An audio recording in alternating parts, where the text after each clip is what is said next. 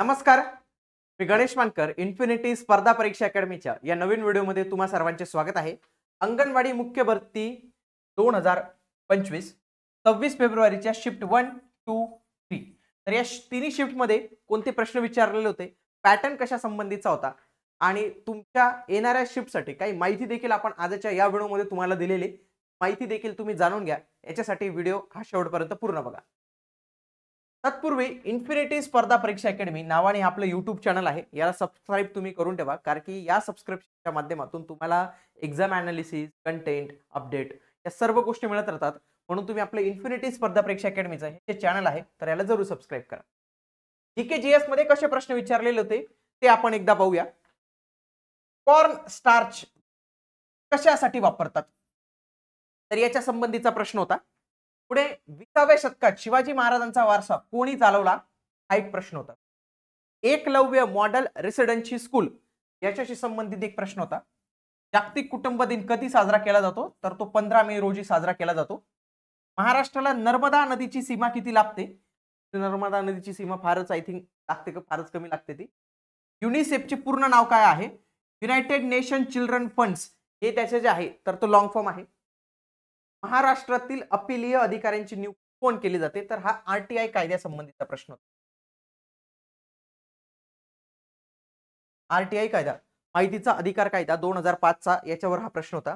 गोदावरी नदीवर प्रश्न होता. मूलभूत कर्तव्यांवर जो आहे तर तो प्रश्न होता.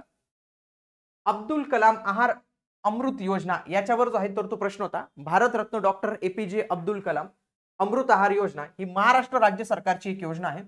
ही 24 जुलै 2015 रोजी सुरू करण्यात आली. कधी सुरू करण्यात आली त्याच्यावर प्रश्न येऊ शकतो. 24 जुलै 2015. मुख्य उद्दिष्ट आहे अनुसूचित क्षेत्रातील जे आपले पेसा क्षेत्र आहेत त्यांचे गरोदर महिला आणि स्तनपान करणाऱ्या मातांना एक वेळचा चौरस आहार, हे व्यवस्थित आहार प्रदान करणे, एक वेळचा आहार त्यांना प्रदान करणे याच्या संबंधीची योजना. इंदिरा गांधी मातृत्व सहयोग योजना याच्यावर जवळपास 2 प्रश्न होते शिफ्ट मध्ये. याचंच आता नाव झालेले प्रधानमंत्री मातृवंदना योजना हे याचं नाव झालेलं आहे. पूर्वी याला इंदिरा गांधी मातृत्व सहयोग योजना जे आहे तर ते म्हटलं जात होतं. ही योजना 2010 मध्ये लॉन्च करण्यात आली होती आणि 2017 मध्ये याचं मंत्रालय जे आहे तर ते बदलण्यात आलेले आहे आणि ही योजना महिला व बाल विकास मंत्रालयाद्वारे जी आहे तर ती लागू केली जाते. सबला योजनेवर प्रश्न होता. सबला योजनेला आधी नाव होतं राजीव गांधी किशोरी सशक्तीकरण योजना, त्यालाही सबला योजना म्हणतात. 2010 मध्ये महिला आणि बाल विकास मंत्रालयाने जे आहे तर ती सुरू केलेली होती. पुढचा आहे घरगुती हिंसाचार झाल्यास तक्रार कोण करू शकतं, हा एक प्रश्न इथे विचारलेला होता. घरगुती हिंसाचार प्रतिबंधक कायदा 2005 protection of women from domestic violence act 2005 अंतर्गत महिला आणि त्यांच्या तक्रारीशी संबंधित व्यक्तींना तक्रार करण्याचा हक्क आहे. याच्यामध्ये संबंधित पीडित महिला करू शकते. पती किंवा कुटुंबातील इतर सदस्यांकडून हिंसाचार झाल्यास स्वतः तक्रार करू शकते.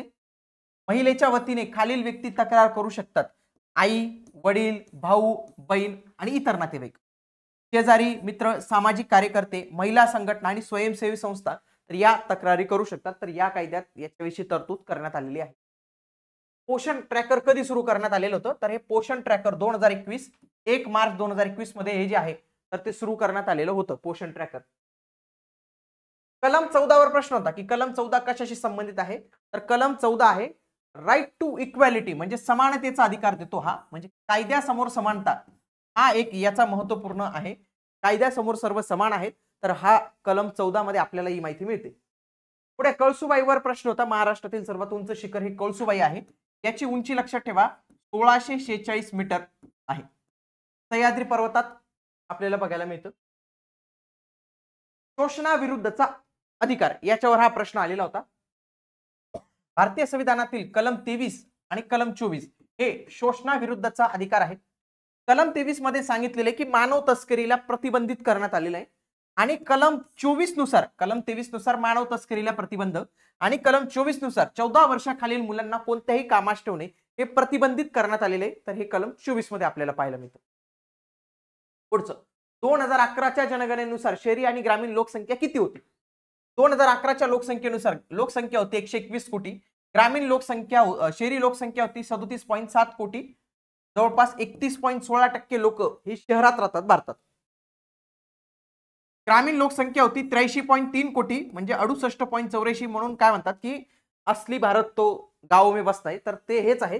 ग्रामीण भागात आपली बऱ्यापैकी लोकसंख्या जी आहे तर ती तिथं राहते. हे 2011च्या जनगणनेनुसार आपल्याला बघायला मिळतं. सेवा सदनवर प्रश्न होता. सेवा सदन कोणी स्थापन केलेलं होतं? 1911 मध्ये पुण्यात सेवा सदन याची स्थापना कोणी केली होती? रमाबाई रानडे यांनी केलेली होती. रमाबाई रानडे यांनी केली. महाराष्ट्रात पाऊस पडण्यासाठी कोणते वारे कारणीभूत आहे? तर महाराष्ट्रात इथून जे वारे येतात अरबी समुद्रावरून त्यांना आपण काय म्हणतो? मान्सून वारे. मान्सून वाऱ्यामुळेच महाराष्ट्रात जवळपास 80% जास्त पाऊस हा या मान्सून वाऱ्यांमुळेच जे आहे तर ते होत असतो. नैऋत्य दिशेकडून येतात हे. याचे नैऋत्य मोसमी वारे देखील असं म्हणतात त्यांना. तर हे जीएसटी संबंधित आलेले प्रश्न होते. गणित बुद्धिमत्तेच्या कोणत्या टॉपिकवर प्रश्न आले? गणितावर थोडे अवघड प्रश्न विचारले जाते. तर लक्षात घ्या, जशी जशी शिफ्ट पुढे जाईल तसे तसे तुमचे प्रश्न जे आहेत तर ते अवघड होत जातील. सरासरीवर प्रश्न होता. गुणोत्तर प्रमाण, अक्षर मालिका, अंक मालिका, नातेसंबंध, काळकाम वेग, टक्केवारी. तर यांच्यावर जो आहे तर तो प्रश्न इथे विचारलेला होता. पुढे रमेशचा समानार्थी शब्द काय? तर रमेशचा समानार्थी शब्द विष्णू आहे.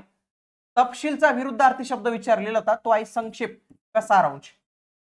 जखड आणि कृतज्ञ यांचा समानार्थी शब्द विचारलेला होता. केवळ वाक्य, उतार्यावर प्रश्न, वाक्यप्रचार होते. आग लावणे, आग ओकणे. काही लोक प्रामाणिक आहेत, तर प्रामाणिक हा शब्द काय शब्द आहे तर ते विचारलेलं होतं. संधीवर प्रश्न होते. तर हे सर्व टॉपिक जे आहे तर ते विचारले जात आहे. इंग्लिशमध्ये सिनोनिम्स आहे. कॅन्डिडचा अँटोनिम्स विचारलं होतं. पॅसेज आहे, पॅराजंबल आहे. तेच टॉपिक आहेत. इंग्लिशमध्ये काही बदल झालेले नाही आहे. कम्प्युटरमध्ये EPROM वर प्रश्न होता. Erasable programmable read only memory. तर हे कधी होतं की जर आपला पॉवर ऑफ जरी झाला तरी काही कम्प्युटरमध्ये मेमरी स्टोअर करण्यासाठी EPROM चा वापर केला जातो.